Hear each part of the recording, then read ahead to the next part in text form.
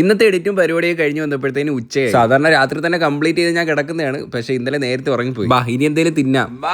നല്ല ചൂട് വാഴക്കപ്പം കഴിക്കാനുള്ള ഒരു മൂടാണ്. അമ്മയടുത്ത് പറഞ്ഞതും പോയി സാധനം മേടിച്ചോണ്ട് വരാൻ പറഞ്ഞു. പിന്നെ നേരെ വണ്ടി എടുത്ത് കടയിൽ പോയി സാധനം മേടിച്ച് അമ്മയുടെ കൈ കൊണ്ട് കൊടുത്തു.